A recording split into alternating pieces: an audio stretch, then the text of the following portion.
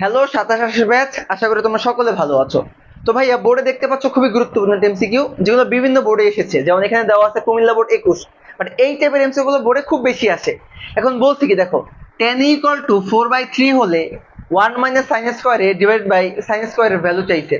এখন এই এমসিকিউ গুলো আসলে তুমি কিভাবে সলভ করবা? যখন দেখবা যে একটা ত্রিকোণমিতিক অনুপাত দেওয়া আছে, অন্য কোনো ত্রিকোণমিতিক অনুপাতের ভ্যালু বাই করতে বলছে, তো তোমার প্রথম কাজ কি হবে? দেখো, প্রথমে তুমি একটা সমকোণী ত্রিভুজ অঙ্কন করবা। আচ্ছা, একটা সমকোণী ত্রিভুজ অঙ্কন করলা, তারপর তুমি যে কোনো একটা অ্যাঙ্গেলকে তুমি থিটা ধরলা। যে কোনো একটা অ্যাঙ্গেলকে তুমি কি ধরবা? থিটা ধরবা। এখন দেখো tan থিটার সূত্র কি ভাইয়া? লম্ব বাই ভূমি। তো tan সমান সমান কি দেওয়া আছে বলো? 4, আর এটা হচ্ছে ভূমি, কারণ এটা সাপেক্ষে এটা হচ্ছে লম্ব, এটা হচ্ছে ভূমি। আচ্ছা, তাহলে আমি এখান থেকে কি বাই করব? অতিভুজ বাই করব। তো অতিভুজ বাই করার সূত্র কি? লম্ব স্কয়ার প্লাস ভূমি স্কয়ার।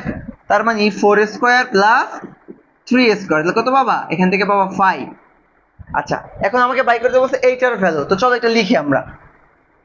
এখান থেকে যদি আমরা লিখি তাহলে কি পাবো বলতো? 1 - sin² ডিভাইড বাই আছে তোমার sin²।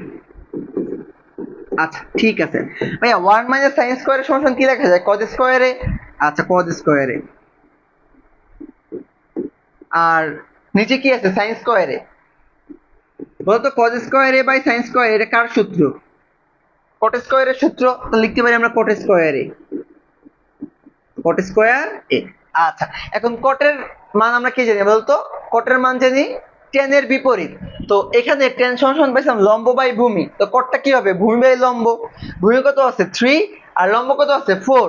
তার মানে এখানে হবে 3/4 এর স্কয়ার। তো 3 এর স্কয়ার কত হয়? 9, আর 4 এর স্কয়ার কত হয়? 16। তাই 9/16 কোথায় আছে দেখো? 9/16, এটা হচ্ছে 9/16, এখানে অ্যান্সারটা দেওয়া নাই।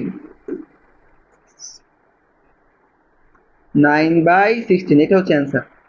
ঠিক আছে, ওকে চলো।